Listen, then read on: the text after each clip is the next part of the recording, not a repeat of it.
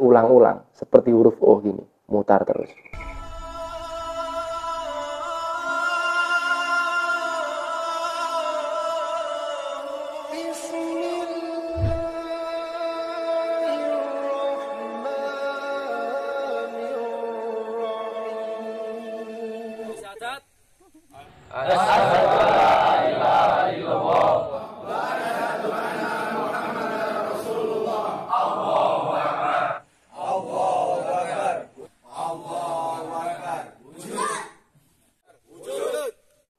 Assalamualaikum warahmatullahi wabarakatuh.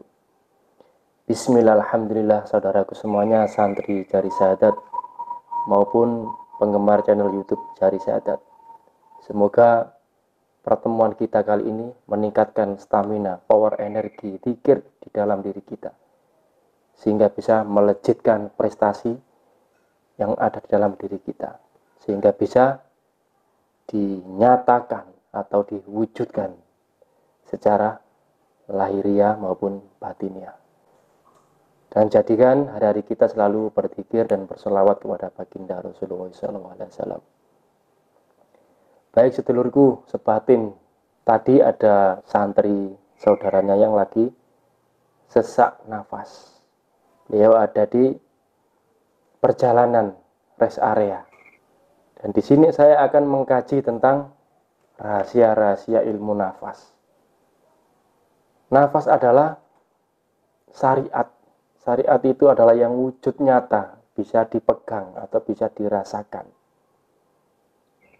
Silakan hembuskan nafas di telapak tangan, maka kita akan terasa, ya, terasa hangat. Ini namanya syariat, yaitu yang bisa dirasakan secara nyata. Dan nafas ini adalah kembaran dari ruhani kita.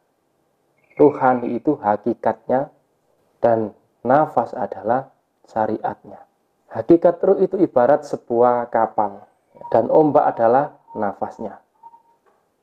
Apabila ombak itu tenang, maka kapal sebesar apapun akan ikut tenang. Dan apabila manusia nafasnya sempit atau tersenggal-senggal, maka jiwanya, batinnya, ruhaninya maka akan ikut tergoncang.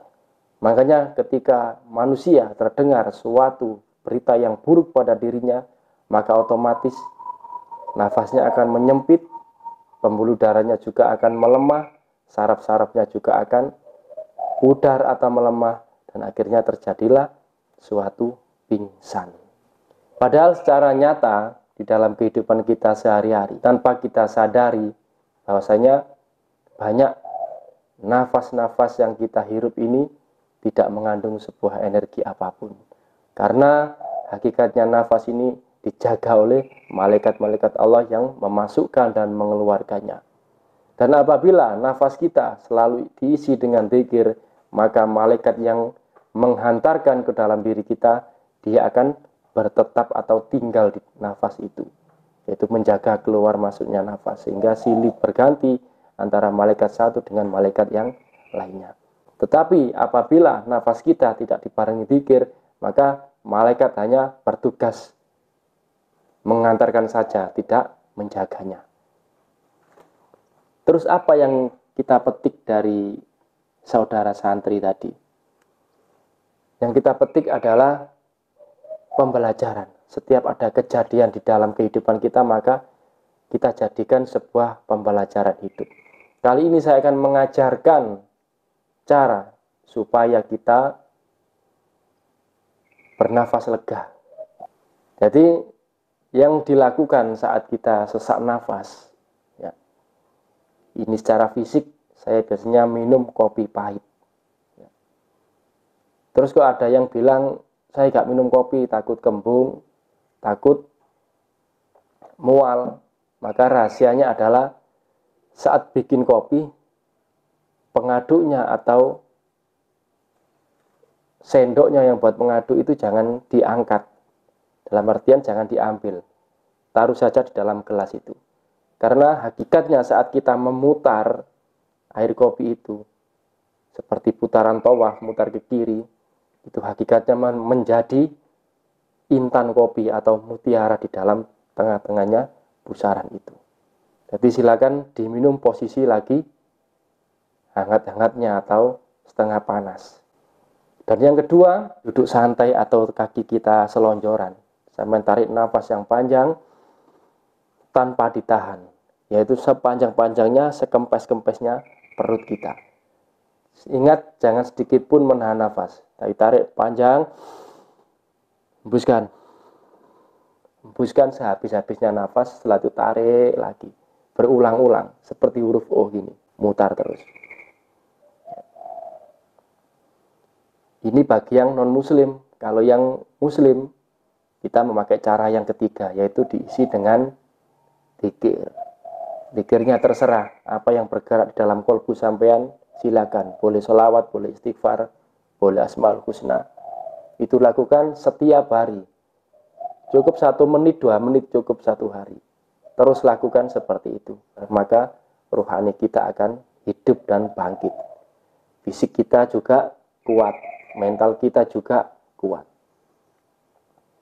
Sejatinya, orang yang mempunyai kesempitan di dalam hidupnya, kecewa, sedih, iri, dengki, atau tertimbul kepada pikiran yang sepaneng dan terfokus di dalam dada yang merasakan sesak, itu merupakan dari ruhani kita yang menipis. Ya.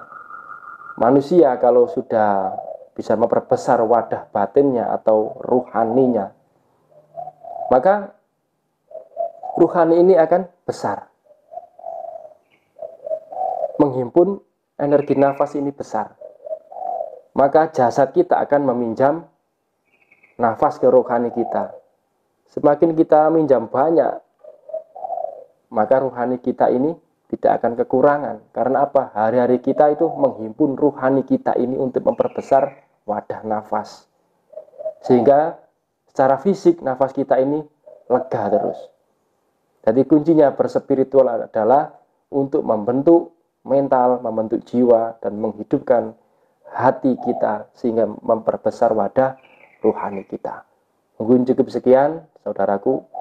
Silakan diamalkan supaya hari-hari kita bisa bekerja, beribadah, bersosial, dan menghidupkan bangsa dan negara ini dengan orang-orang yang sehat dan waras. Wallahu a'lam bishawab. Assalamualaikum warahmatullahi wabarakatuh.